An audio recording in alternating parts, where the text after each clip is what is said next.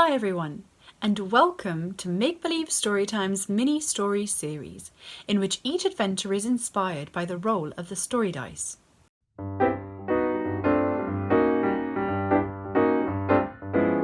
My name is Beatrice, and today's story, The Golden Goblet, will be read to you by Greta Skya, who is an actor and artist.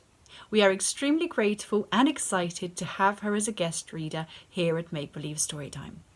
If you guys would like to see what else Greta is up to, you can do so at the link or handle in the description box below.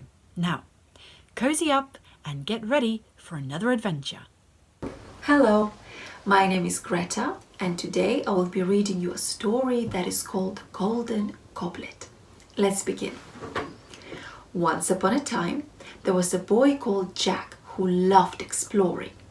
He lived in the countryside in a village full of water. There were so many natural springs popping up here and there that the little streams crisscrossed the whole village, cutting into a series of tiny islands. It seemed he was always sliding down or scrambling up a moss-covered rocky stream banks. One day, he was walking along a very windy stream, picking up last year's hazelnuts and batting them into the water with a stick. As he swung the stick back, he caught sight of something red glinting in the late afternoon sun. He moved away from the stream to peer through the hedgerow. The red thing appeared to be nestled in the steep hillside on Mr. Potter's farm, where the trickling streams merged into a great torrent that left the village and joined the river. Wispy clouds dappled the sunlight, and the red thing twinkled in the changing light.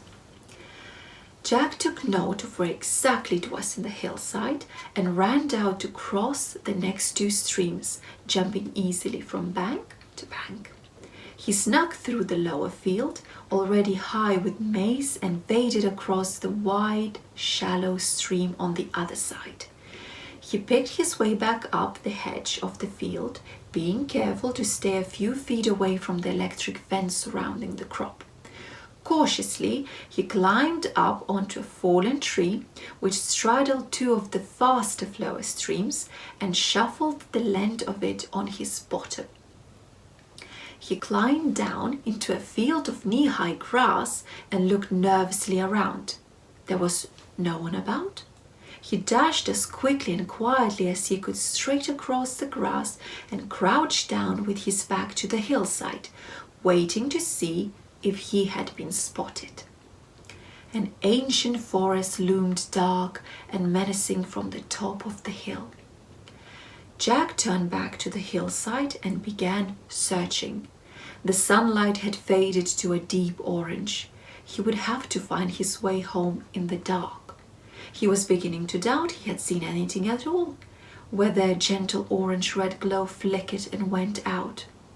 Jack began pulling at clumps of fresh green grass and powdery, sun-dried earth. Pebbles and dust tumbled away, revealing a beautiful golden goblet, crusted with rubies.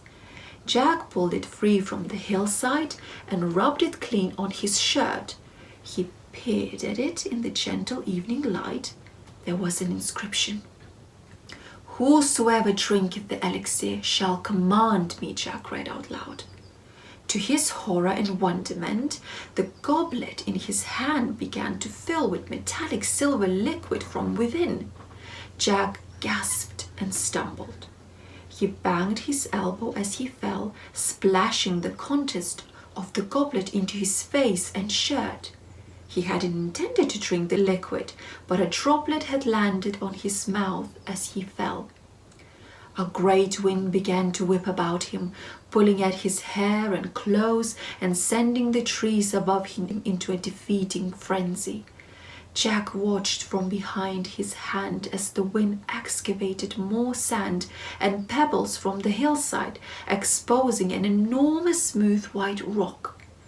As suddenly as it began, the wind ceased, and Jack felt the silence close in on him. He stepped forward to examine the smooth white thing, finding at its center what looked like an ordinary on and off switch. Jack looked around. What should he do? That was easy.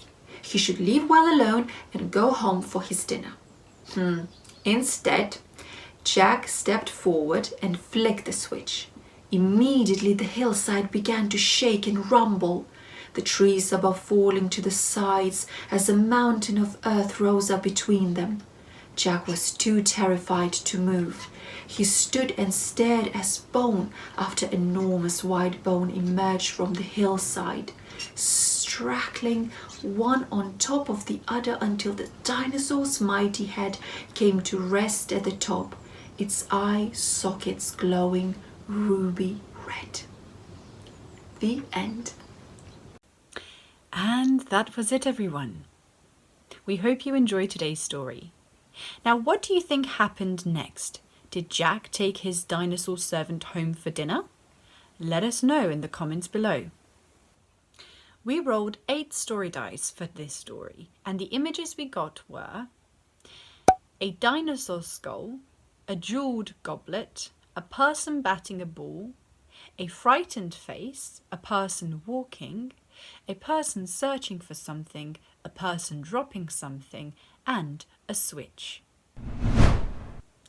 What kind of magical creature would you have as a sidekick? And what would be your first adventure together? Why don't you write it down and tell the story to your grown-up? Now, remember to follow Make Believe Storytime on Facebook, Instagram and YouTube for more activity suggestions, free colouring pages and of course, storytelling videos. Thank you so much for watching, everyone. I'll see you next time.